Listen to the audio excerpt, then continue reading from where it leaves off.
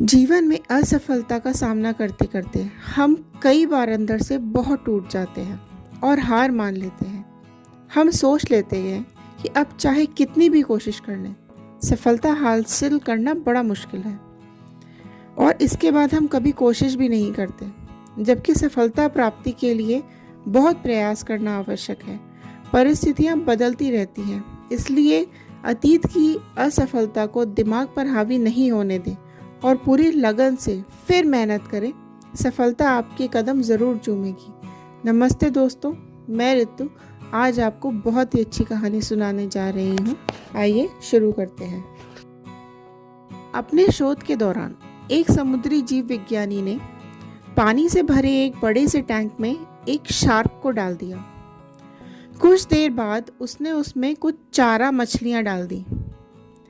चारा मछलियाँ देखकर शार्क तुरंत तैरकर उनकी तरफ गई और उन पर हमला किया और उन्हें खा गई। समुद्री जीव विज्ञानी ने कुछ और चारा मछलियाँ टैंक में डाली और फिर वो शार्क फिर से आई और उन्हें खा गई। अब समुद्री जीव विज्ञानी ने एक कांच का मजबूत पारदर्शी टुकड़ा उस टैंक के बीचों बीच लगा दिया। अब वो टैंक दो भागों में बंट चुका था। एक भाग में शार्क थी और दूसरे भाग में उसने चारा मछलियाँ डाल दी। उस कांच के थ्रू शार्क चारा मछलियों को देख सकती थी। चारा मछलियाँ देखकर शार्क फिर से उन पर हमला करने के लिए उनकी तरफ तैर के गई, लेकिन बीच में कांच का टुकड़ा लगा हुआ था तो वो उससे टकरा गई।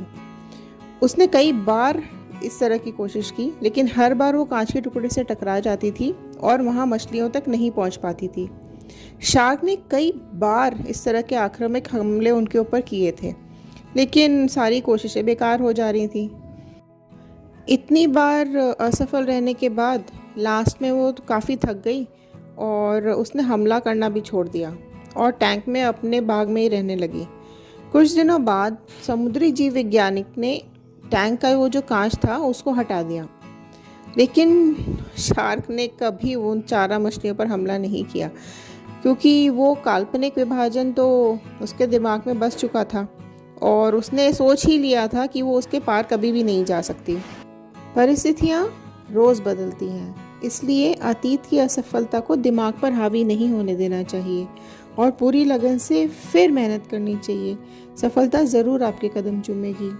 आशा करती हूँ आज की ये कहानी आप सबको बहुत पसंद आई होगी, और अच्छी मनोरंजक कहानियाँ सुनने के लिए लाइक, शेयर और सब्सक्राइब करें। धन्यवाद।